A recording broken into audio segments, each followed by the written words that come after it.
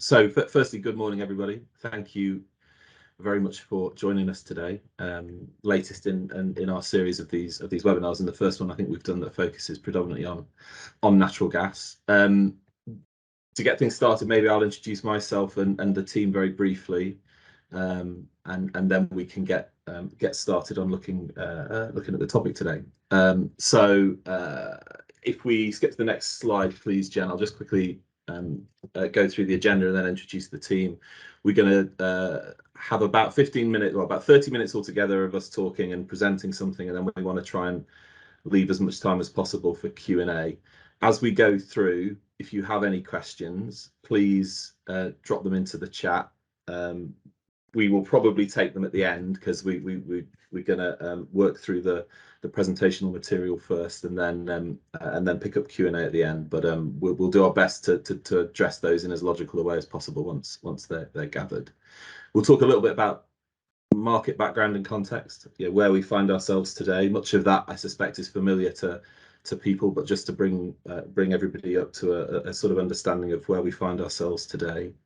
And then a little bit of a description of some work that we've done just to look at how this winter, next winter might play out from a supply-demand perspective by looking at a few key drivers and variables and how those might affect security of supply.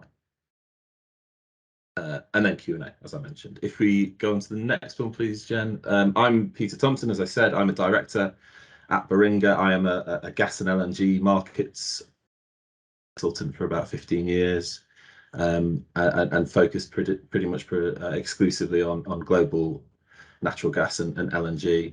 Farah and Caspian, both members of the energy and resources team here, work closely with me on things to do with natural gas, and particularly in the last few months in respect of Europe, but also more broadly on energy systems planning in the case of Farah, energy economics, global macro political and economic drivers from Caspian's perspective. So we are your team today. You're going to hear plenty from each of us as we go through. Maybe just to start things off, I'll do a bit of an overview of what we're going to talk about today. So I think the context is fairly well understood. Europe has seen a significant reduction in gas supply from Russia. That's led to a whole host of challenges that we see here today in the market, not least price, but also the threat of security of supply considerations as we enter the winter. What we're going to try and do today is talk you through some of the things that have happened since the start of this crisis, since the start of the reduction of Russian gas supply into Europe, and what the future might hold and what the drivers might be for that. And ultimately, by looking at where we think the supply-demand balance might be under those different circumstances. I'm going to stop talking for a minute and let Caspian kick us off by taking us through the first section on the market context. Caspian. Thanks, Pete. As Pete said, I'm just going to very briskly try to bring us through some of the market context. A lot of this will be familiar, but I think it's valuable to restock before we look at kind of our forecast and overview for the winter months about where are we now. So clearly, if we go on to the next slide, probably the story that we know at least, or are very vaguely aware of at least, is Russian imports to the European Union are down about 60% year to date on where they were last year. That was last year about 141 BCM, and obviously that downward trajectory has been pretty dramatic. And of course, as we look forward into the winter months, the real question is, can it go lower? We've been doing various client calls and discussions over the last few months, and of course the question's always been, are we now at a resting point, 20% down, 30%, 40% down? And in truth, actually, we've continued to see that rather insidious decline over the last few weeks, especially since kind of April, May, March time, where there really has been a reduction. And so that's created huge uncertainty, both in the futures market and of course for our topic here about the security of supply available in the winter months. So the story, I guess, that we already know. The big question then is probably on the next slide, which is, well, what are the available alternatives, the levers which member states and the United Kingdom are trying to pull in order to plug that gap and provide a degree of supply security as we move into the winter months? On the supply side, you can say there's a dash for alternative gas, and clearly that comes in three main constituents. The first is around domestic production and indigenous flexibility, and we'll speak to a little bit to that in the subsequent slides. Alternative pipeline imports, that from Azerbaijan, Norway, but also North Africa. And of course, the big one, LNG imports and the state of the LNG market, especially as we move into that winter. On the demand side, we've probably already seen a degree of move towards other fuels, whether that be coal ramp up, a little bit of oil, especially in the Balkans. Not much, obviously, you can do in terms of nuclear in the short term. We see actually that most of those levers already been pulled. So we've seen German coal fleet, for example, come online ahead of the time, ahead of those winter months. The big then last resort is demand curtailment. What could be done both in terms of demand destruction, and we're seeing that already at these price levels, especially around industrial and manufacturing demand, but of course the more dramatic response around forced rationing, whether that be from voluntary patriotic campaigns or of course through more state intervention around the curtailment, the forced curtailment, especially of those heavy industrial producers again. So when we look at those available options, we'll speak to them in turn, but that really gives us the suite, if you like, of levers available to policymakers as we move into the winter months. If we go through them in turn, look at indigenous production and where that's landed in the year to date, you can see a relatively mixed story. We've got UK, the Netherlands, and Denmark here. The Netherlands and Denmark, as we know, are mature fields, and they haven't really given much flexibility this year. The Netherlands, especially in Groningen, down on last year, offering no additional supplies year to date, and we don't expect that ultimately continue for the rest of the year, and a similar flatlining in Denmark. The one bright spot, I suppose, on indigenous production has been the greater resilience of UK North Sea, certainly up relative to last year because of that maintenance scheduling happening in the sort of early H2 period of last year. And so we've seen year on year UK North Sea production up slightly, but certainly nothing that's going to give us a real shift the dial as we move into the winter months. The other option, of course, is alternative pipeline. If we go to the next slide. And here actually a similar story, nothing that's really going to give us huge degree of confidence. We can see the year-to-date numbers for Algeria, North Africa, and Norway. Norway up slightly, but nothing dramatic, just because of that pipeline capacity. The spare pipeline capacity from Norway into continental Europe is already at technical or near technical maximums. Algerian production, whilst there is spare pipeline capacity, actually hasn't stepped up as much as many people hope for. And so we see that actually Algerian flows are down on 2021 levels. Azerbaijan, the new TAP pipeline through Turkey, Greece, and into Italy has seen an increase in flows, but again, nothing that would, nothing markedly to improve the overall supply picture, especially if we're talking about a dramatic reduction of Russian flows in the winter time. So that leaves us really with one option. We move to the next slide, which is LNG imports. I said at the beginning that Russian imports are down about 60% year to date. Actually, the bright spot is that LNG imports into the EU are up about 60% year to date as well. So that actually gives us a relatively balancing picture, and the source of flexibility so far this year has almost exclusively been in LNG. Certainly that has been helped recently because of the softness in LNG markets. We know that elongated Chinese lockdown and some price destruction, especially in India, has allowed for greater availability of volumes to be imported into the EU or Europe more generally. And the real question, which Farah, my colleague, will talk to later, is whether that is set to continue as we move into the winter months, where generally LNG markets tighten considerably. But at least so far this year, LNG has provided a degree of flexibility for European markets. There are some constraints, and that we'll speak to on the next slide. You can see this is LNG terminal capacity and LNG imports. And as you can see year to date, LNG imports are effectively operating at near technical maximum. Let's call it operational maximum since really January to June, July. We expect that regasification capacity will increase, and this is the monthly BCM regasification capacity committed to through terminal contracts at the moment. Most of those are coming from FSRUs, those floating regasification units, especially in Germany, who have obviously contracted for 4 already. So we do expect that major constraint on LNG, which has been the limited spare capacity of regasification terminals in Europe, to increase slightly. But again, that is going to take time. And ultimately, as you can see from that graph, it's not going to significantly increase capacity in the next 6, 12, 24 months, which is, of course, the timeline, which is particularly of interest when we're talking about supply security. The final slide then for me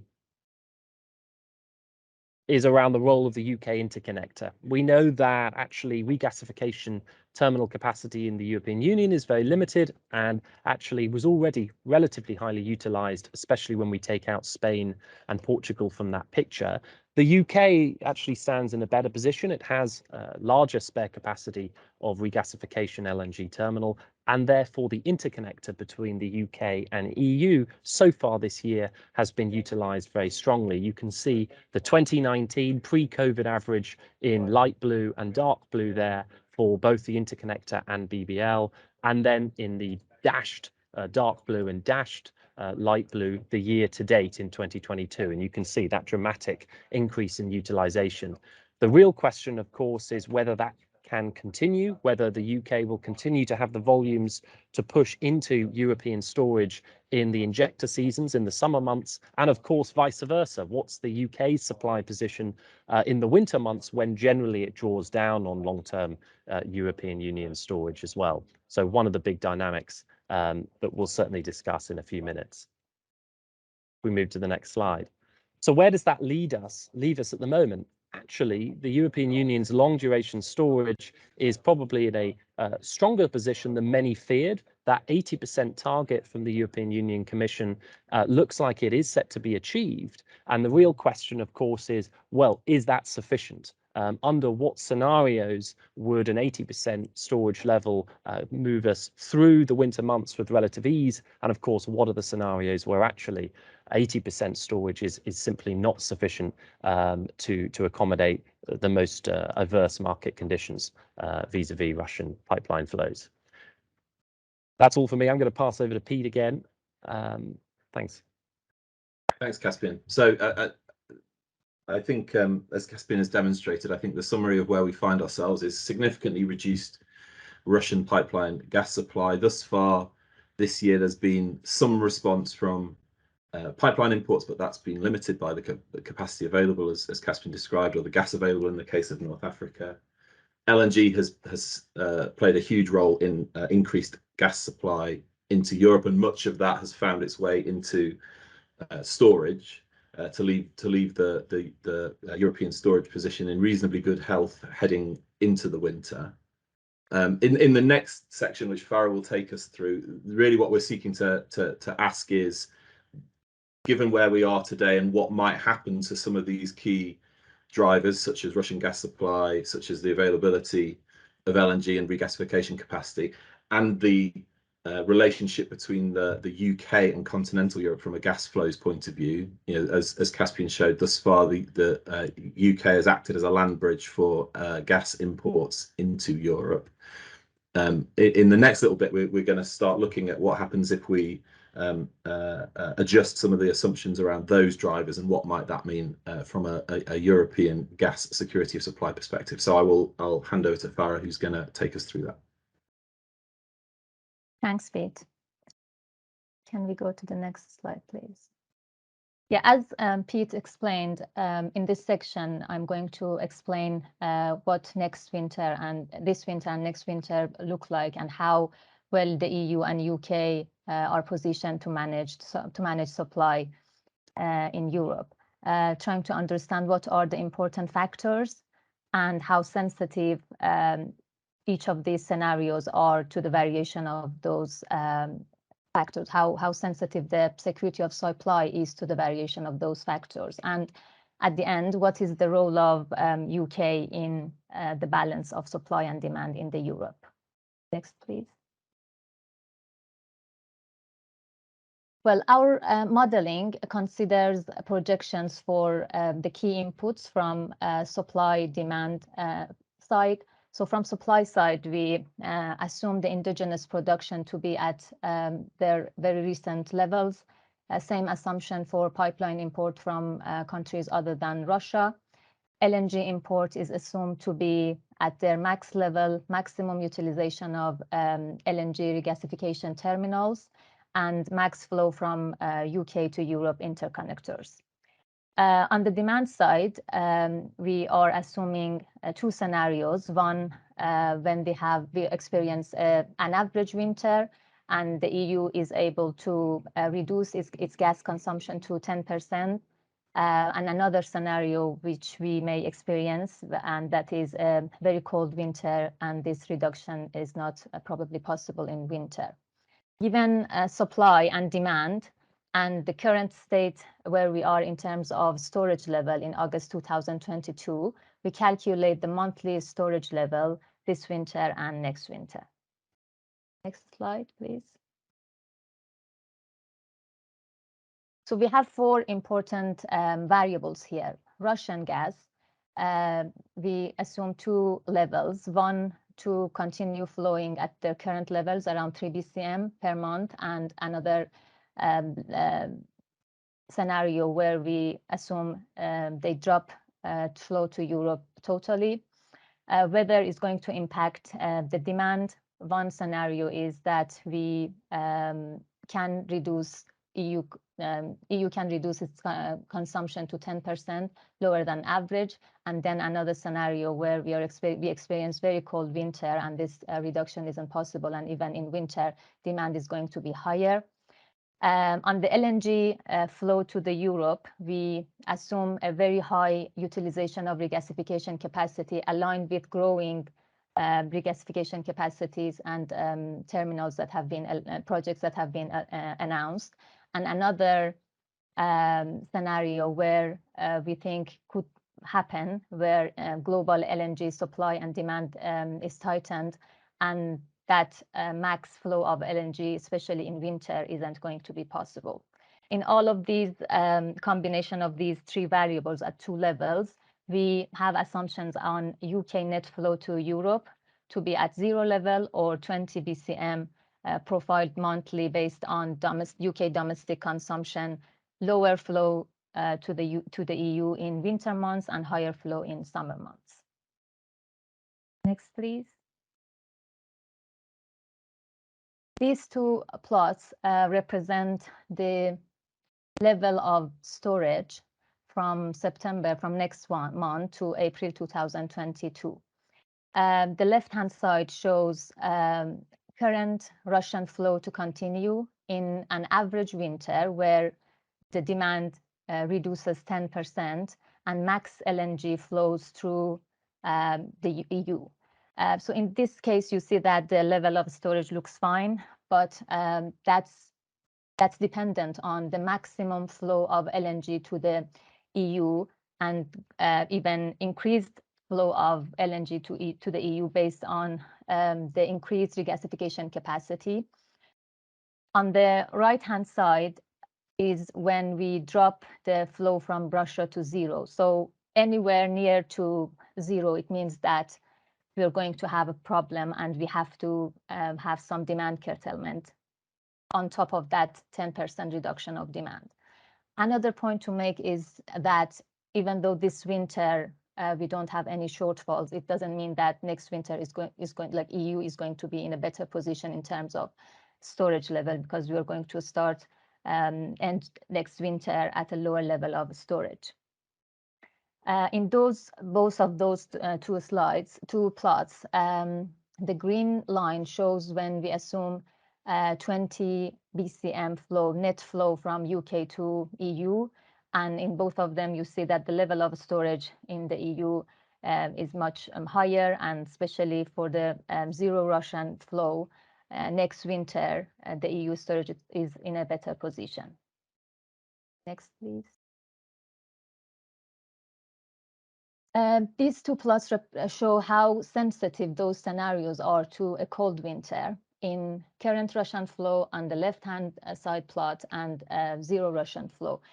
Again, you see that even with current flow from Russia, if we experience very cold winter, if we cannot drop demand to 10%, even in winter months, the demand is going to be higher. We get very close to zero, even with flow from UK, and we probably have to drop demand, and it's going to be some shortfalls happening. On the right-hand side, when the flow from Russia is zero, it's even worse. And even a full flow from UK interconnectors aren't going to help a lot. Next, please. These two plots, again, show how sensitive those scenarios are to LNG availability. So in the case that LNG isn't available as we expected, and we cannot fully utilize the regasification capacity and the growing capacity based on most recently announced projects, what happens? So in these cases, on the left-hand side, when the current flow from Russia continues, and if we have an average winter and can drop our demand, it seems that there aren't going to be a risky winter. But on the right-hand side, when the Russian flow drops to zero, the level of storage is very low and it's very risky. So again, some demand curtailment may happen. Again, in both scenarios, UK net flow to Europe is going to help a lot. Next, please. So this slide basically recaps all the scenarios we walked through. In all the red ones, the 4, 5, and 6, where Russian gas flow is zero, the level of storage in winter is very risky, even with very high LNG import and even in average winter. But if there is this flow of current, like Russian gas is still coming to UK, we are in a much better position in terms of having to have more demand curtailments. That's it from me. I'll hand it over to Pete again. Thanks very much, Farah.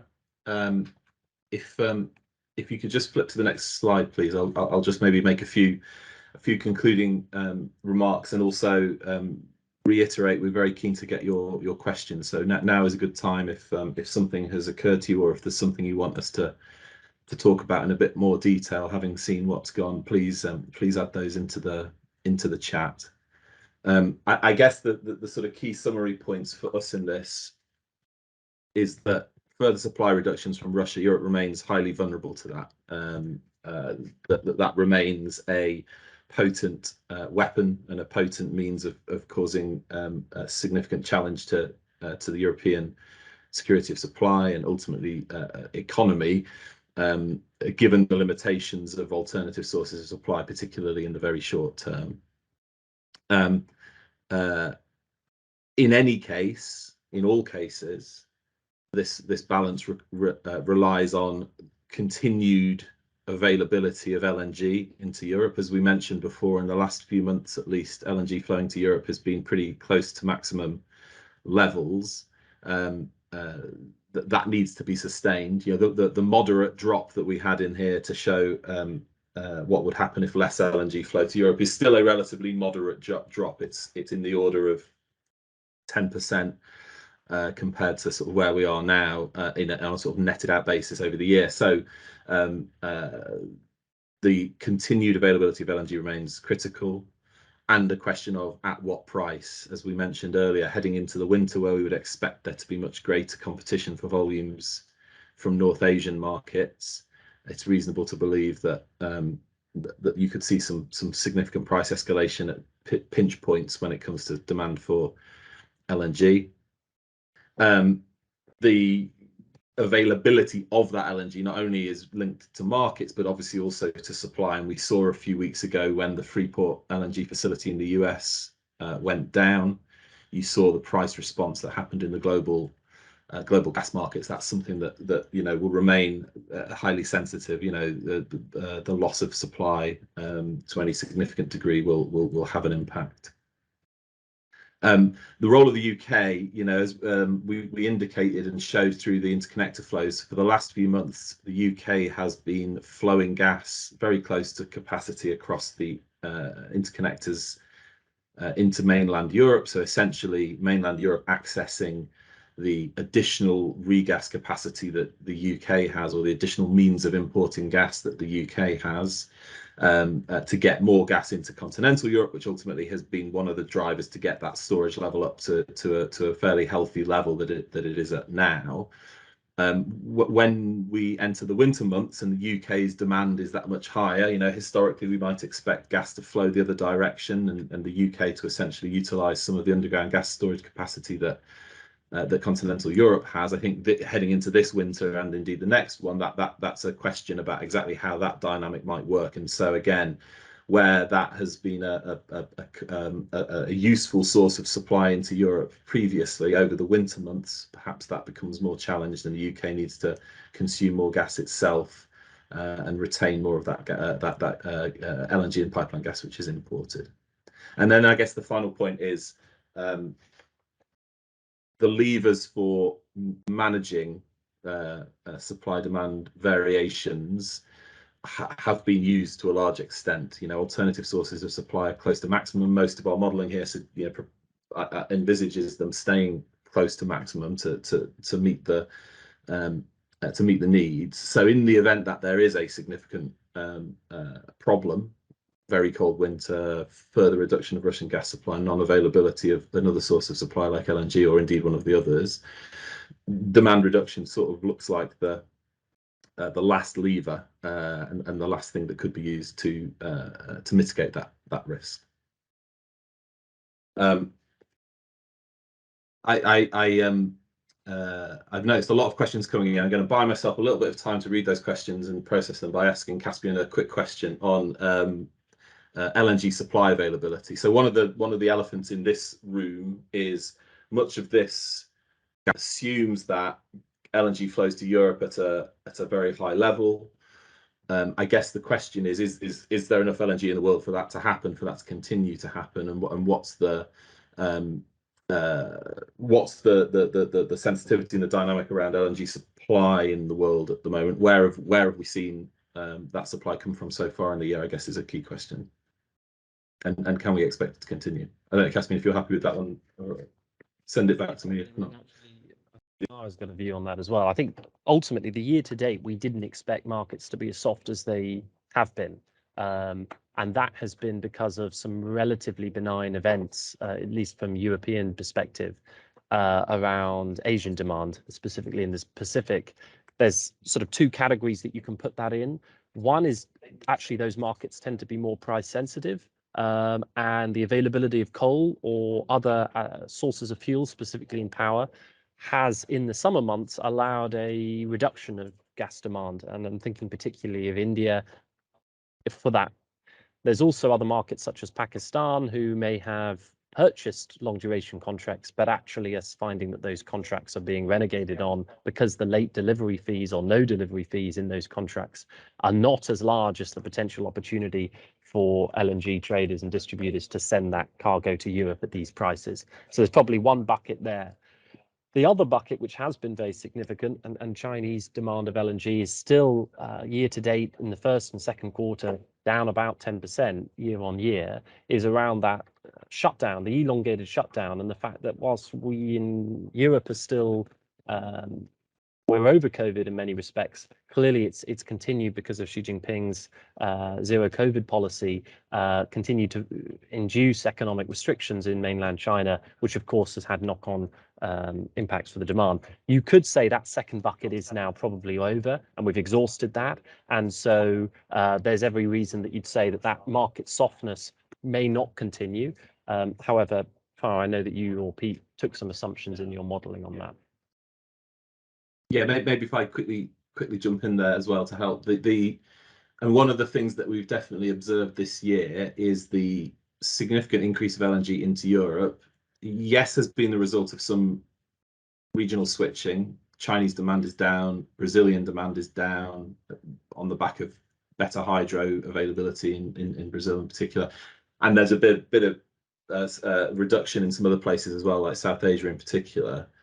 But actually, the majority of the sort of net impact, the net increase to Europe, is off the back of supply availability. So new projects coming online and projects which for much of 2021 were not producing close to full capacity coming back or increasing their output. So Europe has benefited from both of those things. So I think the continued availability then starts to, again, it's all, you know, it's about the exhaustion of levers. The new capacities come back. There isn't that much more left to come. There are some new projects coming through. Our analysis suggests that there probably is just about enough LNG in the world to get to Europe, but that assumes that some of those things remain the same, assumes that Chinese demand remains somewhat suppressed. It assumes that there isn't a kick up in demand in some other markets that might compete, like Japan and Korea, for example. So it's fairly tight, I think, looking forward.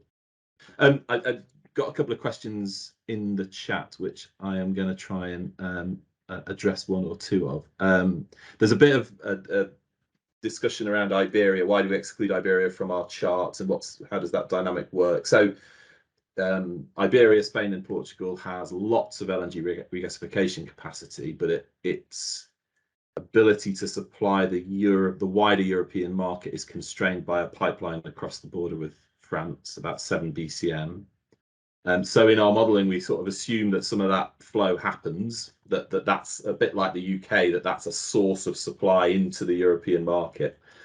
But it's limited to that 7. I think one of the comments was around the potential proposal to expand it and make it bigger. That does exist, but it's, I think, not likely to happen in the very short term. Certainly not for this winter, probably not for next winter either. So I think there is an aspiration to expand it, but at least in the short term, it won't get there. It's also worth saying that Iberian imports, much like UK imports into continental Europe, in the end, when you back them out, are still LNG. Really, that's basically where that gas is going to come from. So you can increase the or you can add together all the capacity of imports into Europe as both direct LNG imports and then sort of LNG imports by proxy from Iberia or from the UK. But you still go back to that question of, you're still fishing from the same pool in terms of supply. You still have the same available supply in the end. And so if things tighten up, it tightens up everywhere. The impact is kind of all over the place there. Let me sorry, I saw another one I was gonna throw to one of the I don't know, Farah or Caspian. There's a question from Kassam. We assumed a 10% reduction in demand in our modelling for Europe, sort of year on year, or average year on year, excluding the COVID year 2020, which was slightly odd. Is that too conservative? Where do we get that from? What's that derived from? Could it be more? Will it be more? Yeah. So Farah, our assumption. Yeah, sure. So our assumption on that about 10% reduction is based on EU policy, but based on some announcement from some countries that they are not willing to do that. So we made an assumption that this is going to be 10%, and anything further than that means demand curtailment for us in this model. So that's our assumption there. Exactly. So the 10%, if you like, is that's the benefit or the net impact of policy drivers. I think it's true to say, Kassam, that in reality it could and is probably more than that, lower than that. But that's when we start kicking into this, in our logic, into the sort of non-voluntary curtailment. This is industry shutting down, or it's energy conservation in some other way that the reality is probably do. And the closer that line gets to the bottom, or more pertinently, the closer people fear that line getting towards the bottom as they look out into the winter, the more you might see that sort of thing. We're already seeing in places like Germany steps being taken to start to reduce consumption. Here's a question on the UK, so from Anne-Marie. what is the UK's risk of security of supply issues? Does it follow a similar curve to the EU graphs based on your assumptions, or are we more or less sensitive to any of the assumptions than the EU as a whole? Do measures such as reopening rough storage facility improve this? Caspian, do you want to comment on that, and I can come in on that one as well if helpful? I think Farah, you probably actually have a better view on that. So in this model, we basically our graphs are showing EU level of storage, and anywhere close to 0 means that it's going to be risky. So in this particular model, we haven't looked at UK separately, but the way we looked at the flow to Europe is based on UK domestic demand. So we looked at long-term profile of domestic UK consumption, and our assumption for the net flow from UK to Europe is based on that. So much lower flow from in winter, and also much zero flow when the LNG market is very tight. So in that situation, probably there isn't extra gas from UK to be flow to Europe. So that's our assumption around UK. And thank you. I think what I would add to that is the UK is obviously set up differently from Europe. It doesn't have seasonal underground gas storage. It does have significant import capacity, you know, and in the UK can import enough gas to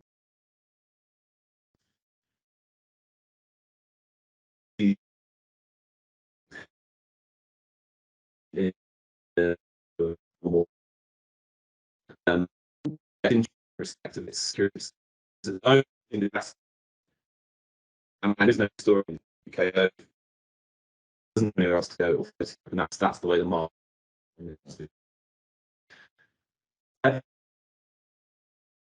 And so Europe then gets interesting. Or what happened often is that interconnect those periods and they import gas from continental Europe, using that which is in place in Europe. And again, I think some people may not be able to hear you, so I may just, for the benefit of everyone else on the call, maybe try to take over that question. I think you were saying that, and Farah, please come in on me whilst Pete sorts out his situation. That seasonal interconnector, generally one of the risks for the UK is that interconnector is actually very seasonal, and the lack of UK long duration storage has meant that generally there's been a quid pro quo, at least in terms of the market dynamics between the UK and continental Europe.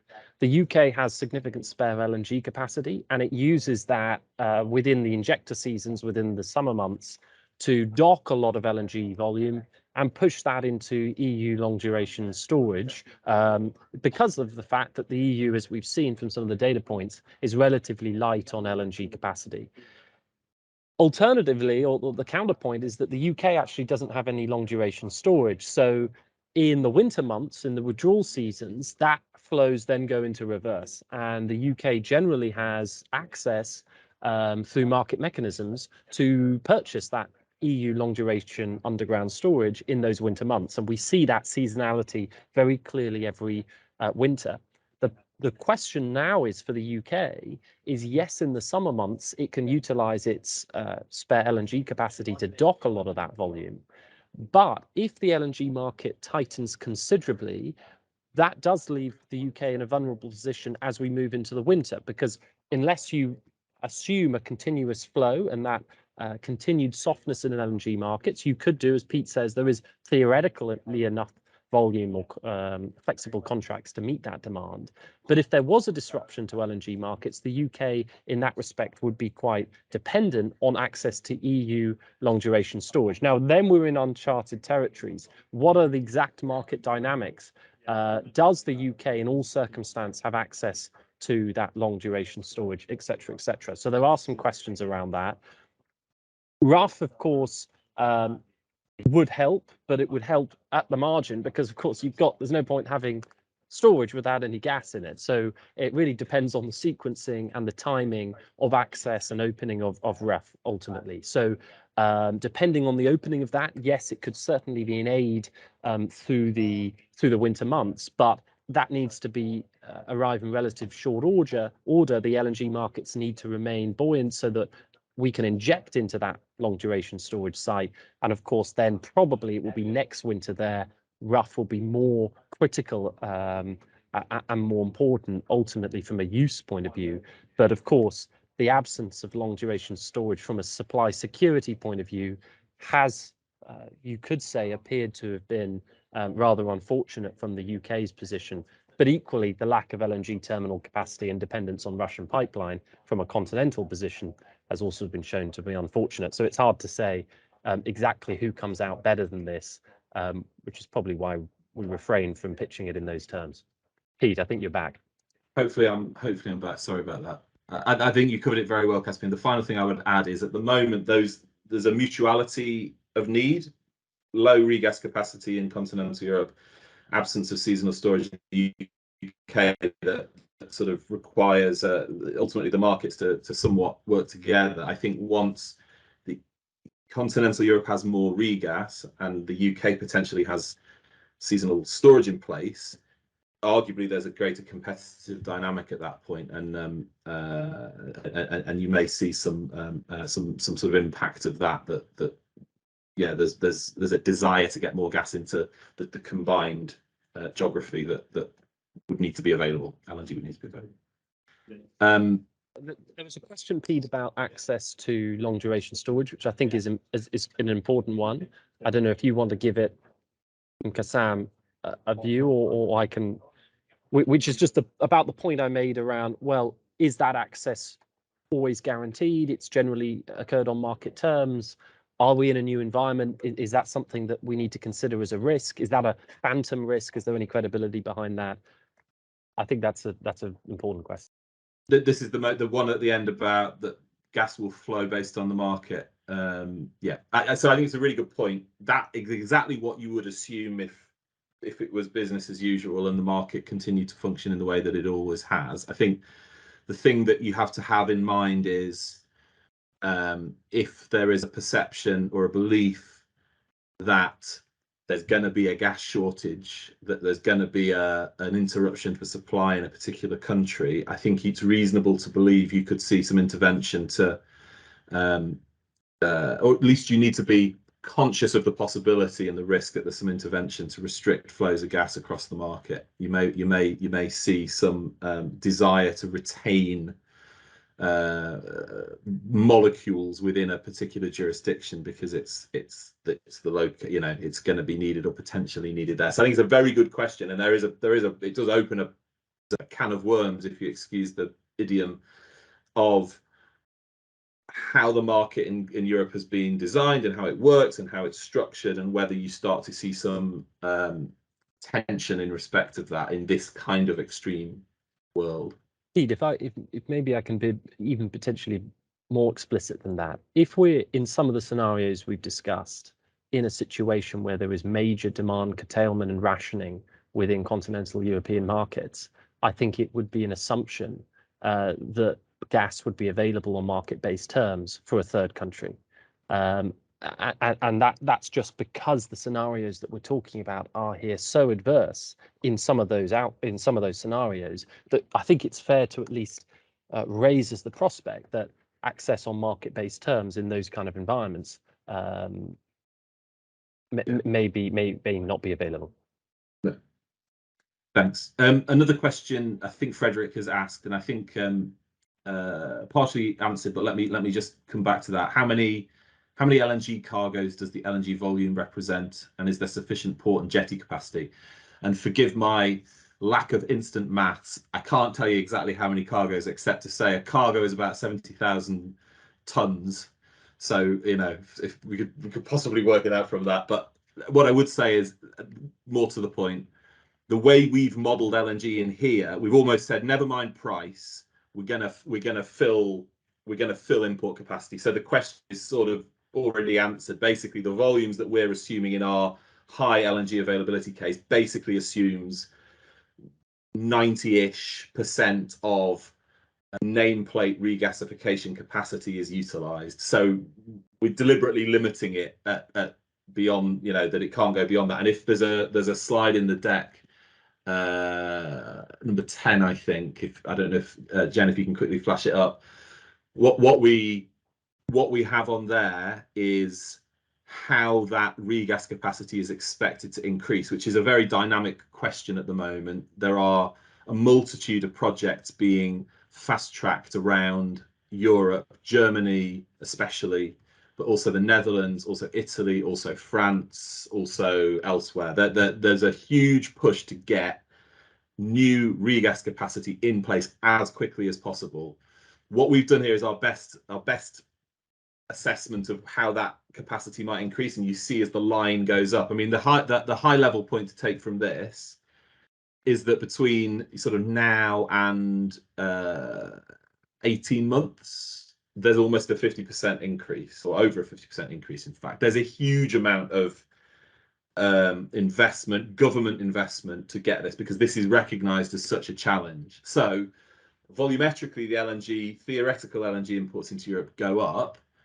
And then the question is, at what price and in competition with whom? And that's the more the question which takes you into a sort of how might the global LNG market work? And just to tie in with another question that somebody, well, two people have asked. I think somebody asked about, does things broadly get better after 2024 or you know, middle of the decade? And a question just from Graham at the bottom, what are the supply chain bottlenecks for global LNG? You know, typically speaking, a new liquefaction project takes 4 to 5 years to build. So we have a pretty good view of how much LNG supply might be available for the next 4 to 5 years. And based on that, what we know is the next couple of years, there's fairly modest new supply entering the market. From 25 onwards, that number picks up, but there's a reasonable chunk of that under construction capacity which is in Russia. Arctic LNG 2 project, which at the moment I think is not being built because its contractors and its equipment suppliers are European and American companies, and the sanctions in the way. And so there's a question about volumetrically how much of that really comes into the market. By about 2026, you have a large amount of new LNG coming, particularly from Qatar and also from the US. We're starting to see more US projects be pulled through. So from an LNG bottleneck point of view, the issue for the next 2 to 3 to 4 years is going to be about availability of supply, considering that an amount of the new supply that's coming in is going to be long-term contracted and committed into certain markets. Now that might displace some other volumes, and you get more LNG flowing around the world. But I think we would characterize the next 2 to 3 years from an LNG point of view as being relatively tight market, subject to any radical changes as a result of a period of sustained high prices, such as demand destruction and so on. But I think that's broadly the challenge with LNG at the moment. By about 25, 26, you would expect that starts to get a bit better. I think it probably gets better for two reasons: new LNG supply entering the market, regas in Europe is being built, and that should be in a reasonable place. And then by then, you would probably expect that some of the demand reduction measures being taken in Europe, because let's not forget that the key pillar, or a key pillar, of the EU's proposed plan, which is being adopted by lots of the member states, it's not just about alternative sources of supply. Alternative sources of supply are really a short-term fix. The medium and longer term plan is accelerate energy transition, accelerate away from gas, reduce natural gas demand. So by sort of middle of the decade, I think it's reasonable to believe that you start to get the impact of demand reduction, either through policy, acceleration of hydrogen, acceleration of heat pumps, acceleration of low carbon alternatives, increased electrification in general, plus the attritional demand loss as a result of a period of sustained high prices. Just people use less when prices are very high, coinciding with a greater availability of global LNG. I think it's reasonable to believe that by the middle of the decade, the balance may be better. You know, the supply demand balance may be better, but it could be an awfully rocky 2 or 3 years to get to that point.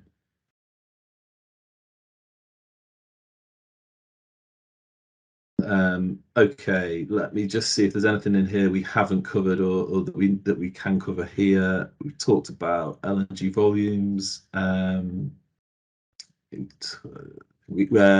had a question on demand reduction, where we got our 10% from, just for the sake of those who haven't seen the written answer. But basically, we took 2019 and 2021 demand as an average, as a sort of normal recent average, excluding 2020 as the big COVID year in terms of demand, and we took that as our sort of norm, and then reduced from that. UK point we've covered. Yeah, Sam's question was on post 2024, do things look a bit better? New infrastructure. The only other thing to say on new infrastructure, we've talked a lot about LNG. There is pipeline infrastructure as well. You know, the sources we talked about, the big sources of pipeline imports into Europe: Norway, North Africa, Azerbaijan. Norway's using most of its pipeline capacity already. Not sure there's plans to necessarily increase that, but there might be some debottlenecking and a bit of incremental stuff that can happen. The issue in North Africa is so much as gas availability, strong demand in Algeria, issues of transiting gas across Morocco.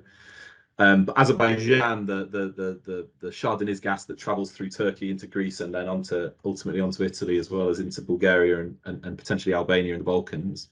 10 BCM at the moment. I think a plan and a possibility for that to be doubled, and that could be increased to something like 20 BCM in the next few years, which again would be a significant, a helpful additional source of gas, especially into that part of Europe, which is typically quite exposed to, well, it's quite reliant on Russian pipeline gas historically. So more alternatives into Southeast Europe is no bad thing.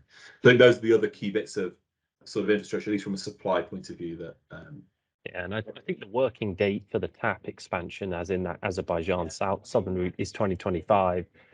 There's Baltic Pipe that opened this year, which increases Norway's ability and flows to Northern Europe by about 10 BCM. However, again, it's kind of small fry in terms of Northern Europe, and the big potential comes from Southern Europe, as Pete says. Yeah. Couple more points, maybe just to touch on Gunnar's comment on better supply demand balance in 2026 achieved through industrial demand destruction, means less manufacturing, less jobs. I mean, I think, yeah, that's another elephant in the room, that this, from a macroeconomic point of view, although we can talk about supply and demand meeting and energy markets balancing and so on, the economic implications are not great, both in terms of periods of sustained high gas prices. We're seeing it. I mean, we're certainly seeing it in the UK, and I'm sure elsewhere in Europe. Inflation, cost of living, the ability of people to pay for things, the cost of manufactured goods, everything goes up, and yeah, it's not a particularly rosy story from that perspective. There's one added bit to that, is slightly existential in terms of what is the economic model of some of those Northern European, especially German states, whose actual economic and, you could certainly say, foreign policy to a certain extent has been based upon access to a large supply of cheap Russian gas. What does that mean now for its economic model going forward, as in if it's continued to have high heat, high furnace demand for some form of burnt fuel, where can that be sourced from, and how can it continue to be cheap enough to remain competitive on global markets, especially in this extremely competitive globalized world? Maybe before we wrap up, we've got a couple of minutes left. I think Kassam asks a final question around the power sector. We can maybe add a bit of colour on this. Have we factored in the potential increased call on gas in the power sector, e.g. as a result of French nuclear situation this winter? I'll hand to Caspian, because he did some work on this a couple of months ago, where we looked at power market flexibility in Europe, basically gas to something else switching, and how much there could be, and I'll let him maybe add a bit of colour to that. But the question around France in particular, because we've used sort of historic levels of production, I think in our of demand, in our 10%, there's a kind of netted off impact there, that you're going to get greater reduction in some markets, you're going to get a lower reduction in some others, partly maybe out of choice and partly out of factors like the non-availability of nuclear. So it's in there in a sort of aggregated manner. I don't know, Cass, is there anything you want to add on the power question? Probably not, in the sense that we've actually, other than that's probably already happened. I think there was one comment that sort of said it's happening, and I think we agree with that. The gas to other switching, if it is available, has probably already been initiated. It's an obvious policy lever that, you know, most prudent states would have pulled, certainly in the last few months. But to Pete's point, actually, it's not giving a lot of bang for buck, at least in the analysis that we've done with our power marketing modelling teams, especially in those countries where there are continued coal-fired, particularly capacity. Germany, I think we put it at 3 to 4 BCM of potential gas displacement. You know, German import of gas was about 50 BCM last year from Russia. So we're not talking about huge numbers. There's a little bit more in the Balkans as well, where there's oil and gas and coal. To the nuclear side in France, you know, France continues to have challenges with getting its nuclear fleet just committing to a stable baseload of power. So its ability to ramp up particularly, I think, is quite limited, not just from a technical operational point, but also just because of the feasibility of the challenges that France is having at the moment with its nuclear fleet. So probably wouldn't put a huge amount of expectation on at least in the short term, of course, on kind of gas to other switching in terms of fuels. Maybe one final thing, because I've realised there was a question earlier on and another one further down that we might want to add together. And with the health warning that you could probably have another hour on this particular question. I think there was a question earlier about the sort of Russian or Gazprom balance of economic health. You know, much lower gas supply into Europe, but much higher prices. I mean, in very simple terms, its delivery levels are about a third of where they have been, but prices are 4, 5, 6 times, if not more, where they might historically have been. So I think you could probably draw the conclusion from that it's no worse off economically. And then the second question was, what's it going to do with all the gas? That's a big question, and relates probably to, as I say, you could do a whole hour on this, about the sort of geopolitical pivot maybe away from Europe towards Asia. It's building more and more pipelines, wishing to and planning to build more and more pipelines to China, probably or possibly also pipelines to connect internally gas supply sources to allow for gas to flow, more gas to flow east versus west. It wants to do more LNG as well. So I think there is a pivot. I mean, we looked at it, and it all takes a bit of time, and it's all a bit difficult. And it's especially difficult, frankly, in a sanctions world, but maybe not impossible. It will take some time, but I think in the end, that's probably the big picture plan, is to focus more on the Asian markets than Europe. Okay, we are 1 minute over, and we don't want to keep people from their next meetings. So maybe just to say thank you all very much. Hopefully you found this valuable, useful, interesting. If you want to, please sign up to our next one if you're interested. You can see it on the screen now. I was just going to say, if there's anything you want to follow up with in particular, any questions or anything you want to discuss with us further, please do make contact. We'll be very happy to talk. Thank you all very much.